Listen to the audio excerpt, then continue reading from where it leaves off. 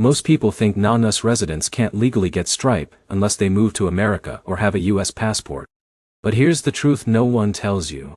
In 2026, thousands of non-US entrepreneurs legally access Stripe every year without living in the United States. The biggest mistake you need to avoid is following random shortcuts online that involve fake addresses, borrowed documents, or risky setups. Those methods can get your account suspended fast. In this video, I'll show you the legal step-by-step method non-US residents use to get Stripe access in 2026, what documents you need, and the exact mistakes that stop most people from getting approved. And trust me, one small setup mistake can delay everything.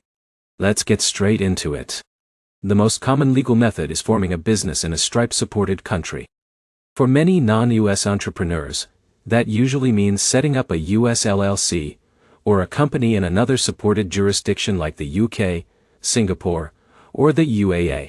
For example, Alex lives outside the US but registered a US LLC to run his software business and legally access Stripe for client payments. Now, here's where it gets interesting. Opening the company is only step one. This is where most people fail. They think registration alone guarantees Stripe approval. It doesn't. You also need proper business infrastructure. That includes valid business documents, a matching business address where legally required, a professional website, and a business bank account or supported financial account. But here's the problem. Stripe has become much stricter with compliance checks in 2026. If your business information looks inconsistent, approval can get delayed or rejected. For example, Jake registered an LLC quickly but submitted a half-finished website with missing policies.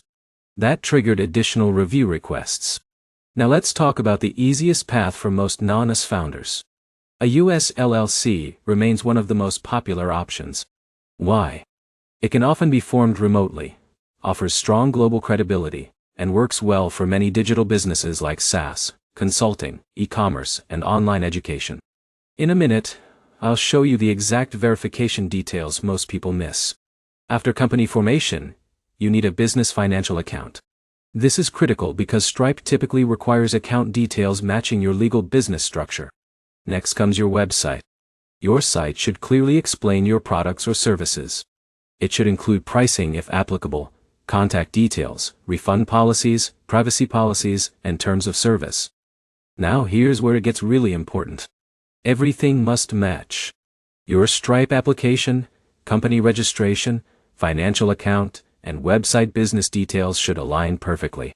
This is where John made a costly mistake. His company document said software consulting, but his website promoted e-commerce products. That mismatch delayed approval. Another major factor is choosing a legal structure that fits your tax obligations.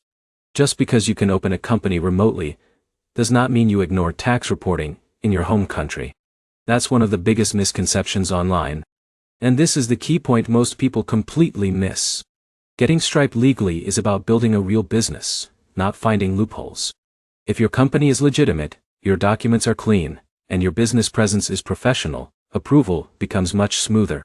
So to recap, the legal method is simple. Register a business in a supported country, open the right financial account, build a complete business website, make sure all details match, and stay fully compliant with tax and reporting rules. Do it correctly, and non-US residents can legally use Stripe in 2026.